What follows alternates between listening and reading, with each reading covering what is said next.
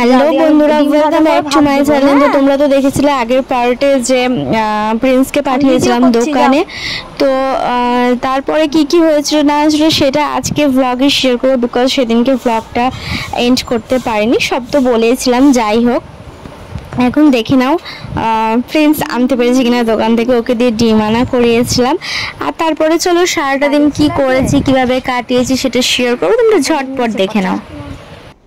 অনেক আচ্ছা, কালকে বলছে 100 টাকা না, হ্যাঁ বাকি পয়সাটা দিবা, বলছে না বাকি পয়সা দিন, আলু আম দিচ্ছি। এইটা তুমি একা একাই খুলতে পারছো, দেখি। চলো, থ্যাংক ইউ বেবি। একদিন তাড়াতাড়ি ঘুম থেকে উঠে ঝিমিয়ে গেছে। ইয়ে কর, বন্ধ কর, ডিম পড়ে যাবে সব ফটাস করে। ওই দেখ এমনি ফেটে যাচ্ছিল ডিমগুলো, তখন দেখতে সময় যাবে। আরে বাপরে, চলো ডিম ভাজা করি গা। অনেকগুলো ডিম এনেছ? আমি ইচ্ছা কিন্তু অনেকগুলো আনালাম। কেন লাগবে না, আর দুপুরে যে ডিমের ঝোলই করবো, এখন খাবো তার জন্য, সেই কারণে এখন খাবো, আবার দুপুরে খাবো, লাগবে তো বাবা। এই দেখো, ললিপপ এখন নয়, ভাত খেয়ে, এখন না, ভাত খাও তারপরে যা পালা। এই দেখো ভাত করে রেখেছি, বাবারে ডিমটাকে রাখি, দাঁড়াও দিয়ে দেখাচ্ছি। আর এই যে মশলা, ডিমের ঝোল করবো, সেই জন্য এটা হচ্ছে শাক করবো, তাই দেখো শাক আর পটল ভাজবো আর ডিমের ঝোল করবো, সব কেটে রেখেছি। আর যে সবজিগুলো দেখলে না, দেখো এই দেখো, আমি ডাঁটাটা না প্লাস্টিক পাইনি, এমনি রেখে দিয়েছি, এটা কালকে করবো। এগুলো তো সব তরকারি, যে শাক খানিকটা রেখে দিয়েছি, সব কেটে রেডি করে রেখেছি। চলো এখন খাওয়া দাওয়াটা করি, তারপরে ফিরে আসছি। তো আবারও ফিরে এলাম এখন।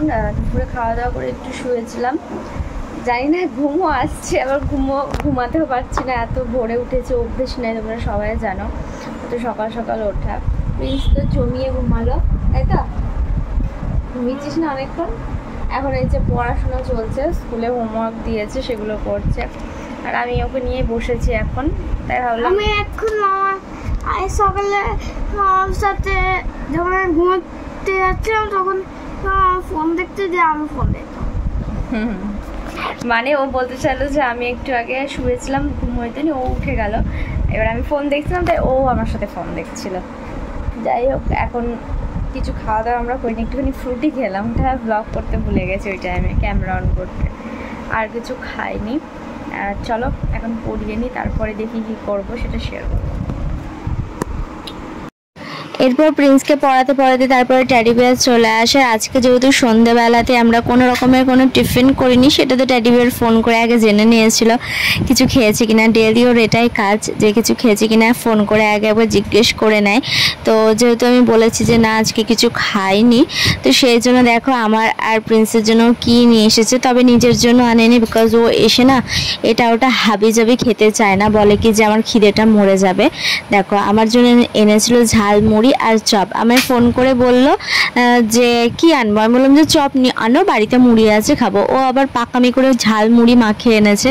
কদিন আগে আমি স্কোয়ারে গিয়ে বলছিলাম যে ঝালমুড়ি খাবো, বাট সেদিন শনিবার ছিল বলে খেতে পারিনি, তার জন্য ও সেইটাই আজকে আমার ইচ্ছাটা পূরণ করার জন্য নিয়ে এসেছে আমায় না বলে।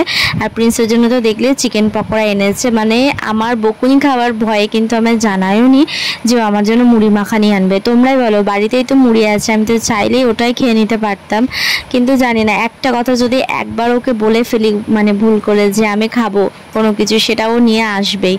আর যাই হোক, অনেক কথা বললাম।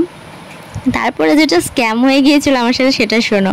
আমার না প্রচণ্ড গা হাত পা ব্যথা করছিল, সেটা কিন্তু ট্যাডি বিয়ার আসার অনেক আগের থেকে আমি ট্যাডি বিয়ারকে ফোনে বললাম যে ওষুধ এনে দিও। তারপর মুড়িটা খেয়ে আমি ওষুধ খেয়েছি, তারপর না আমি কেমন যেন টলকাচ্ছিলাম।